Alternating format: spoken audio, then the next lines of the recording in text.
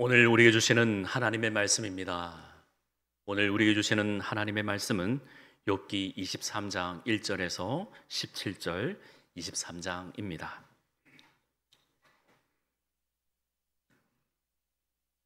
욥기 23장 1절에서 17절 말씀을 한 절씩 교독하겠습니다. 욥이 대답하여 이르되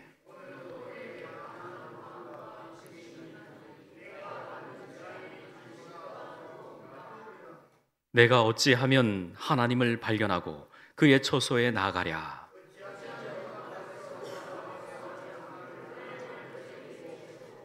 내게 대답하시는 말씀을 내가 알며 내게 이르시는 것을 내가 깨달으랴.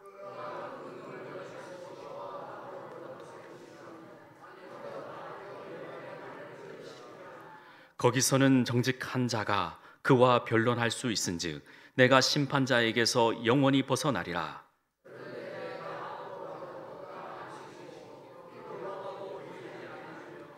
그가 왼쪽에서 일하시나 내가 만날 수 없고 그가 오른쪽으로 돌이키시나 배울 수 없구나.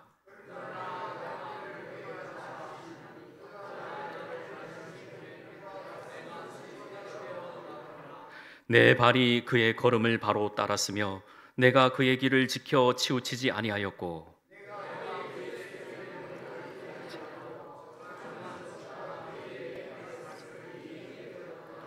그는 뜻이 일정하시니 누가 능히 돌이키랴. 그의 마음에 하고자 하시는 것이면 그것을 행하시나니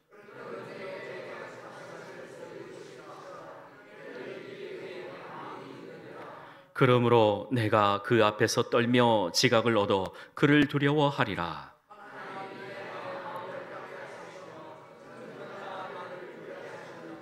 같이 읽습니다. 이는 내가 두려워하는 것이 어둠 때문이나 흑암이 내 얼굴을 가렸기 때문이 아니로다. 아멘.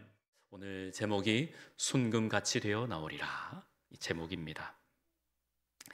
지난주 월요일에 우리 교회가 속한 경남노회가 월요일에 있었습니다.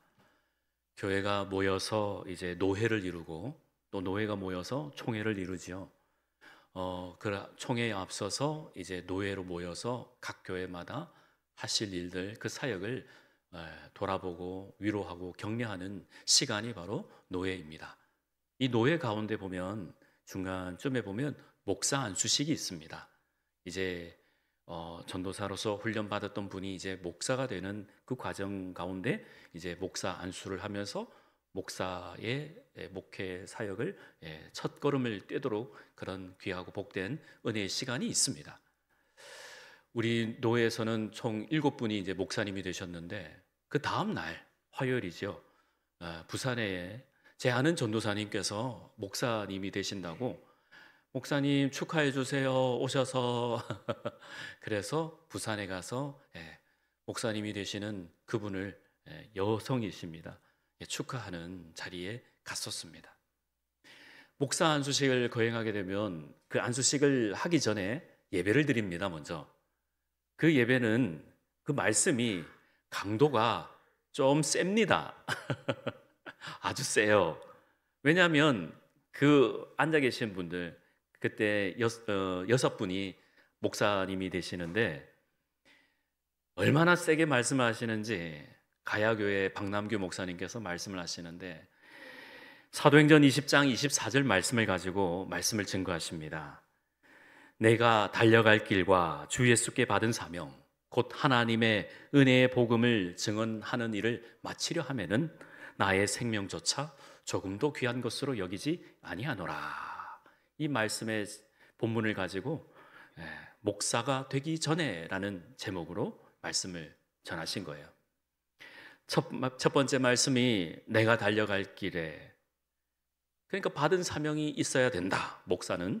두 번째, 또 하나님의 은혜의 복음을 증언하는 일에 맞춰야 한다. 그리고 세 번째, 제일 중요한 겁니다. 자신의 생명을 조금도 귀한 것으로 여기지 아니하여야 된다.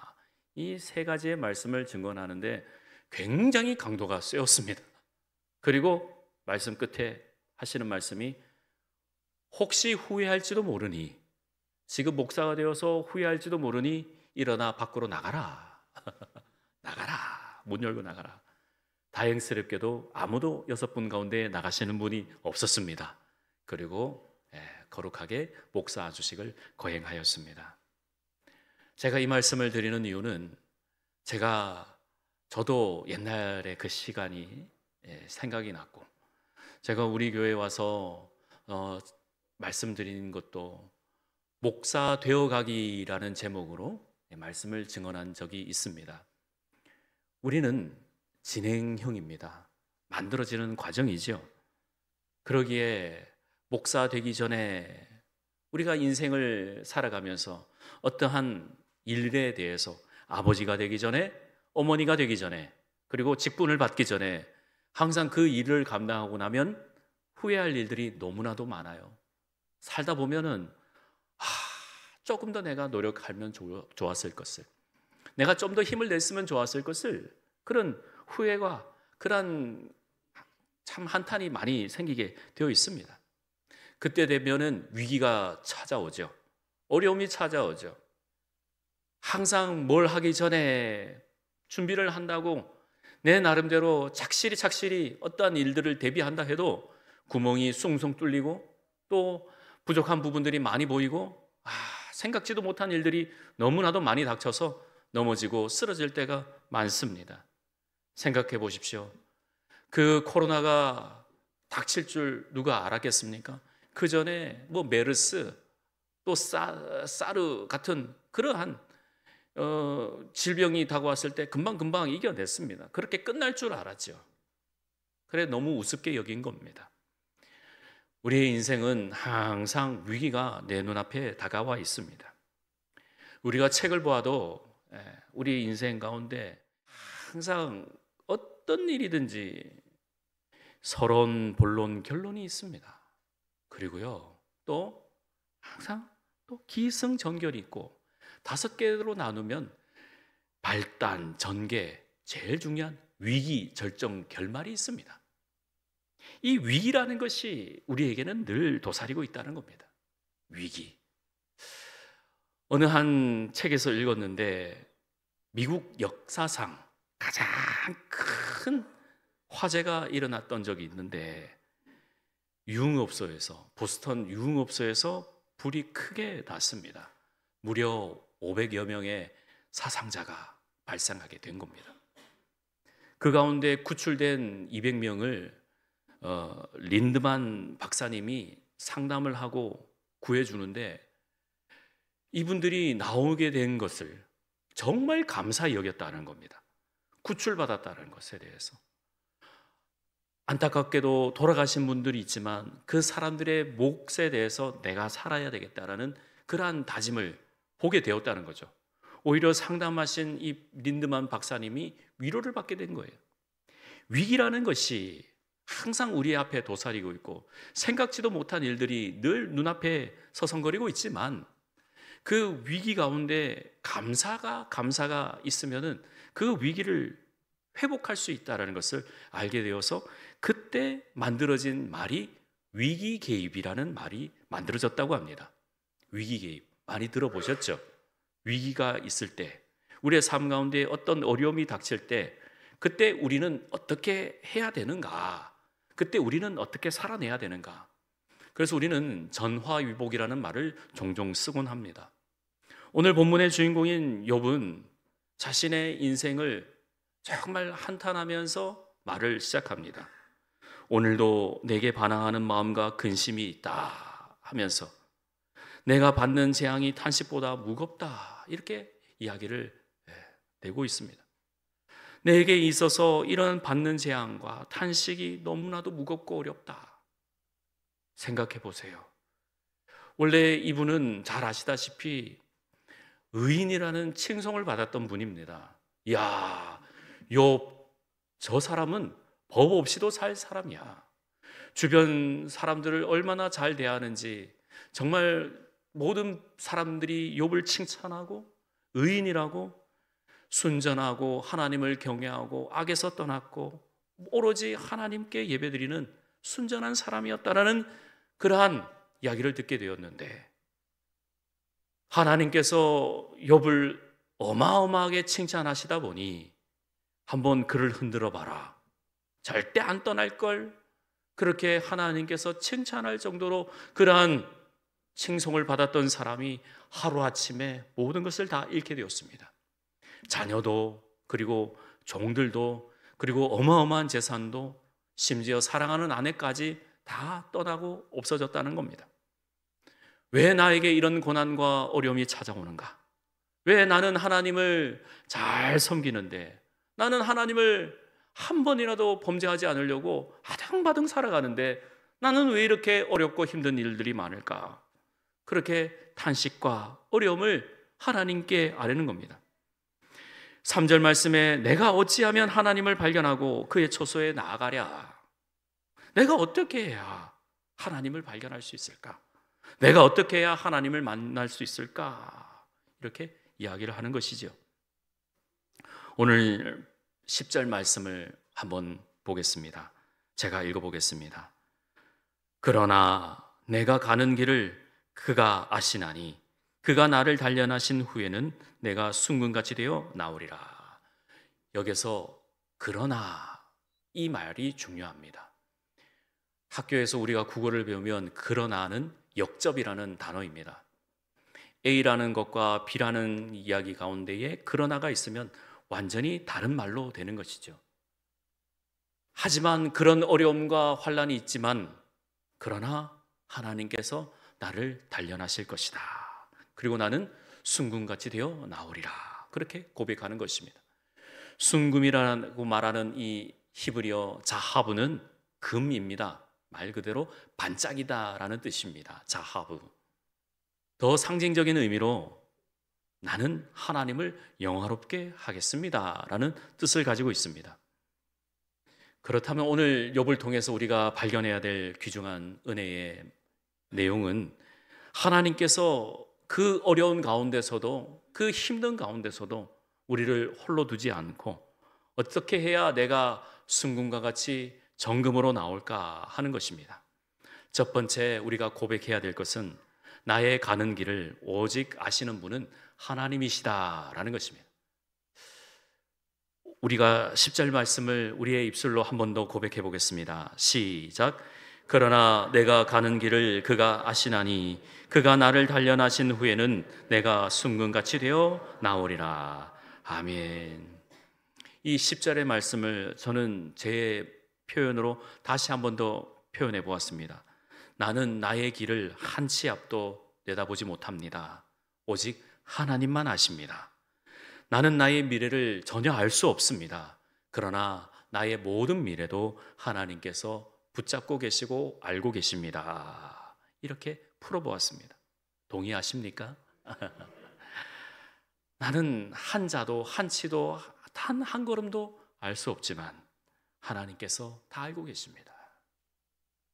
요즘에 뉴스를 보면 끔찍끔찍한 뉴스들이 많이 나오는데 요즘 두려운 뉴스가 하나가 있는데 그것은 싱크홀입니다. 싱크홀. 어떤 분이 TV에 나와서 싱크홀 지도를 그렸습니다. 지금 그분이 하시는 말씀이 이렇습니다. 사실 싱크홀은 우리 주변에 너무나도 많습니다. 영상을 보니까 앞에 차량이 덜커덕 하고 나가는데 그 뒤로 오토바이가 푹 빠져서 그분이 생사를 달리했습니다. 우리 인생에 싱크홀이 있고 그러한 구덩이가 있고 우리를 넘어뜨리게 하는 것들이 있고 그러한 상황들이 있으면 누가 그곳에 가고 싶어 하겠습니까? 아무도 갈 사람이 없습니다. 저도 마찬가지죠. 우리 인생은 한 치 앞을 내다보지 못합니다. 그런데 그렇게 알지 못하는데 왜 우리 인생은 죄 가운데 거해야 합니까?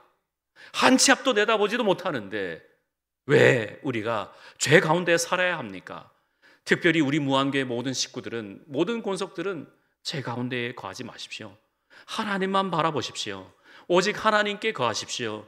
우리 입술에 파수꾼을 세우시고 하나님의 뜻 가운데 거하시고, 왜 우리에게 이런 고통이 찾아왔을까? 원망보다는 하나님께 감사합니다. 모든 뜻이 하나님께 있습니다 라고 고백할 수 있기를 주의 이름으로 축원합니다.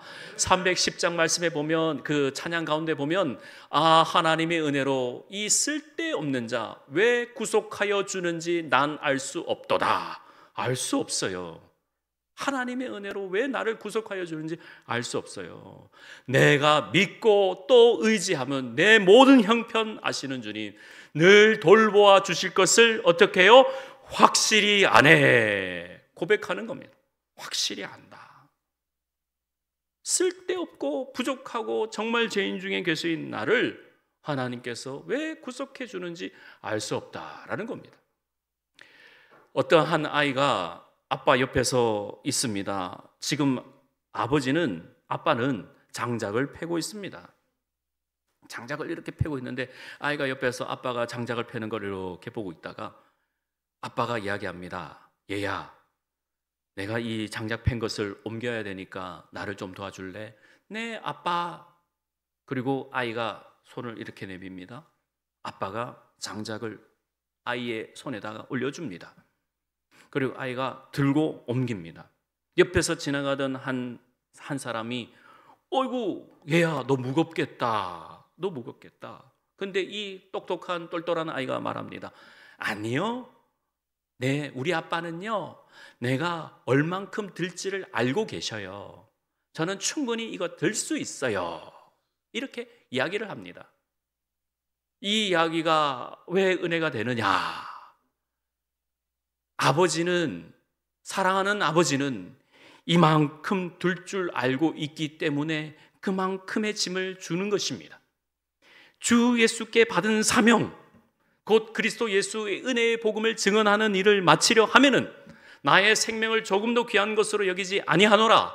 그렇게 고백한 사도 바울처럼 우리의 인생 길에 내가 조금 무겁습니다.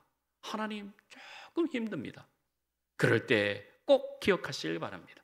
고린도전서 10장 13절 말씀입니다. 한번 같이 읽습니다. 시작. 사람이 감당할 시험 밖에는 너희가 당한 것이 없나니 오직 하나님은 미쁘사 너희가 감당하지 못할 시험을 허락하지 아니하시고 시험 당할 즈음에 또한 피할 길을 내사 너희로 능히 감당하게 하시느니라. 아멘. 제가 굉장히 소중히 여기고 여러분들도 암송하고 계시는 분들이 계실 겁니다. 사람이 감당할 수 있는 그 능력 안에서, 그 은혜 안에서 반드시 훈련하고 감당하셔서 정금같이 나오는 겁니다. 너희가 감당하지 못할 시험을 허락하지 아니하신다는 거예요. 오직 하나님은 우리의 걸음을 아시기 때문에 또 시험 당할 즈음에 피할 길을 내어주시는 분이시다라는 겁니다. 하나님은 우리를 단련하신 후에는 반드시 우리를 순금같이 또 만들어 주실 것을 믿습니다. 또 정금같이 나올 것을 믿습니다. 더욱더 하나님께서 나를 사용하시고 훈련시키시면서 하나님께서 귀한 그릇으로 빚어주시면서 언제든지 꺼내주시면서 사용하시면서 하나님께 영광 올려드리도록 우리를 최선을 다해서 사용하시는 줄 믿습니다. 우리는 앞길을 예측할 수 없습니다. 아니, 알 수도 없습니다. 하나님은 아십니다. 늘 삶의 자리에서 기도하실 때 하나님은 아시잖아요. 하나님은 다 아십니다. 하나님은 우리의 모든 걸음걸음 다 아십니다. 늘 고백할 수 있기를 바랍니다. 두 번째로 하나님은 영원토록 변치 않으시는 분이십니다. 우리 하나님은 변치 않으시는 분이세요. 다니엘이 기도를 하면서 뜻을 정했습니다. 3번을 기도하기를 마음에 먹고 뜻을 정했다 할 때 이 뜻은 시간을 정해서 기도하는 것도 있지만 그 내용도 중요한 겁니다. 이스라엘의 회복을 위해서 3번을 하나님께 뜻을 드렸습니다. 하나님, 이 나라의 민족을 회복시켜 주옵소서라고 기도하였습니다. 오늘 13절 말씀을 보시면은 뜻이라는 단어가 나옵니다. 자, 13절, 14절 말씀을 읽어봅니다. 시작. 그는 뜻이 일정하시니 누가 능히 돌이키랴. 그의 마음에 하고자 하시는 것이면 그것을 행하시나니 그런즉 내게 작정하신 것을 이루실 것이라. 이런 일이 그에게 많이 있느니라. 아멘. 하나님은, 잘 들으십시오, 하나님은 뜻을 정해놓고 계십니다. 항상 그 뜻을 정해놓고 계시기 때문에 우리로 하여금 하나님 내 뜻에 맞춰주세요 라고 기도하시면 아니 되는 것입니다. 하나님은 항상 우리에게 뜻을 정해놓고 계시기 때문에 하나님의 뜻에 우리가 맞출 수 있도록 최선을 다해야 합니다. 하나님의 뜻이 무엇이냐라는 것입니다. 하나님의 뜻은 의와 정의와 심판입니다. 그렇기에 우리는 하나님께 우리의 의를 드리고 하나님께 우리의 정의를 드리며 하나님의 그 공의로운 심판을 우리가 받고 또 견딜 수 있도록 최선을 다해서 성결의 삶을 유지할 수 있어야 되는 것입니다. 나를 향하여 하시는 하나님의 뜻은 똑같습니다. 하나님은 늘 어제나 오늘이나 영원토록 변치 않으시는 그 사랑을 우리에게 보여주시는 겁니다.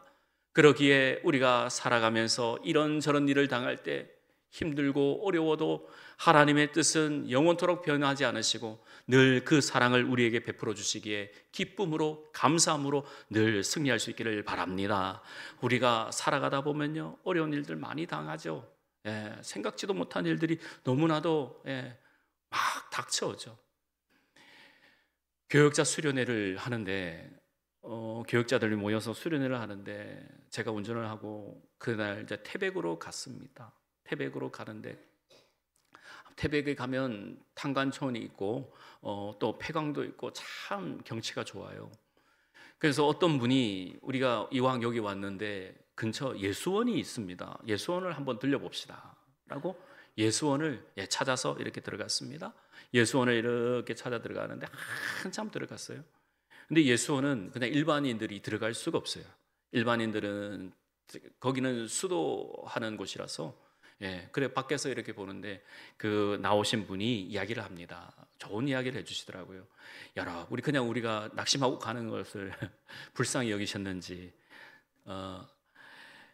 아처 토레이 박사 대천덕 신부님입니다. 이분이 원래는 중국 선교사님이신데 중국에서 선교하다가 한쪽 팔을 그만 잃어버렸습니다. 팔을 잘라내야 되는 큰 사고를 당했습니다. 얼마나 낙심하고 좌절할까요? 하지만 이 신부님은 거기서 좌절하지 않고 기도하는 가운데 우리나라가 6.25 동란으로 크게 힘들다는 이야기를 듣고 그 어려운 가운데서도 우리나라에 넘어와 가지고 거기서 본인이 팔을 잃어버리니까 의족 사업을 하게 된 거죠. 하나님의 은혜 안에서. 그리고 태백에서 예수원을 설립하여서 우리 민족의 복음화를 위해서 헌신하시고 생을 드린 겁니다. 하나님의 뜻은 영원히 변치 않으니 우리가 실수하고 넘어지는 것은 우리의 잘못이지만 하나님의 뜻은 분명히 정하셨다라는 믿음을 가지고 예수님은 답이시다라는 그 마음을 하나님께 드리면서 그러한 사업을 하며 우리나라 민족 복음화를 위해서 최선의 사명을 다했다라는 것입니다. 사랑하는 성도님 여러분, 오늘 말씀에 그의 뜻은 일정하시다. 즉 하나님의 뜻은 정해져 있습니다. 뭡니까? 의와 평강입니다. 저와 여러분들이 삶의 자리에서 하나님 아버지께서 우리를 보시고 힘들고 어려울 것을 원하고 계시겠습니까? 결단코 아니다라는 겁니다. 그러기에 하나님 제 뜻이 이렇습니다. 하나님 제 마음이 이렇습니다. 좀 응답해 주시면 안 되겠습니까? 그렇게 기도하시기보다는 하나님께서 제가 하나님의 뜻이 무엇입니까? 하나님의 크신 말씀이 무엇입니까? 라고 기도하시면서 하나님 내가 주님의 뜻대로 살아드리겠습니다 하면 하나님께서 정말 바로 원하시는 일들이 우리의 삶의 자리에서 넘치게 될 줄 믿습니다. 그래서 우리는 기도하는 것입니다. 욥기 23장 10절 말씀에 나의 가는 길을 그가 아신다라고 표현하면서도 욥은 아직도 잘 모르는 겁니다. 17절 끝에 보면은 내가 두려워하는 것이 어둠 때문입니다. 흑암이 내 얼굴을 가렸기 때문입니다.